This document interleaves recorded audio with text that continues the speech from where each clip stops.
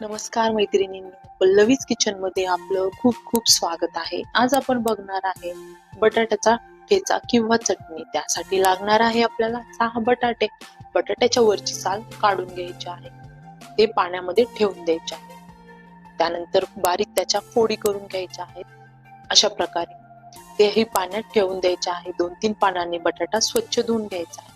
गॅसवर कढई ठेवली, एक पळी तेल घालून घेतलं. तेल गरम झालं की बटाट्याच्या फोडी घालून घेतल्या. एकदा मिक्स करून घेतलं. थोडंसं मीठ घालून घेतलं, जेणेकरून बटाटा पांचट लागणार नाही. परत एकदा मिक्स करून घ्यायचा आहे. बटाटा आपल्याला तेलात छान परतून घ्यायचा आहे. 1 ते 2 मिनिटभर बटाटा तेलात परतायचा आहे.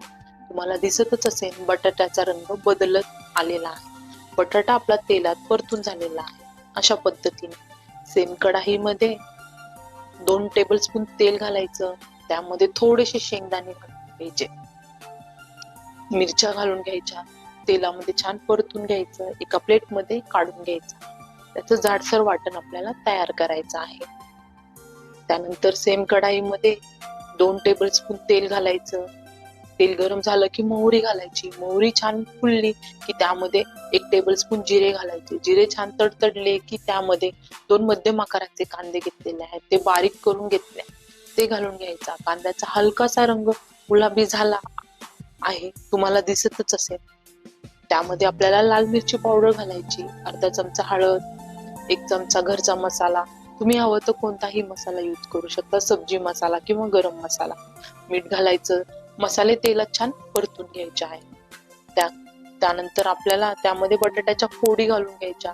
त्याही तेलात छान परतून घ्यायचं. सर्व मसाले बटाट्याला लागले पाहिजे.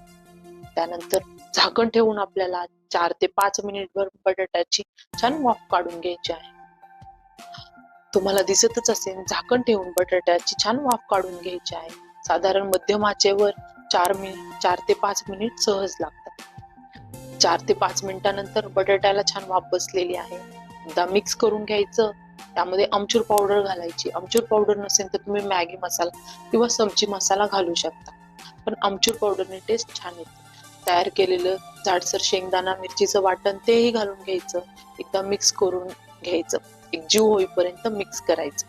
त्यानंतर बटाटा आपल्याला फोडून घ्यायचा आहे, जेणेकरून बटाट्याला ठेच्याचं टेक्स्चर येईल आणि चटणी आणि ठेच्याचं दोन्हीही कॉम्बिनेशन आपल्याला छान लागेल.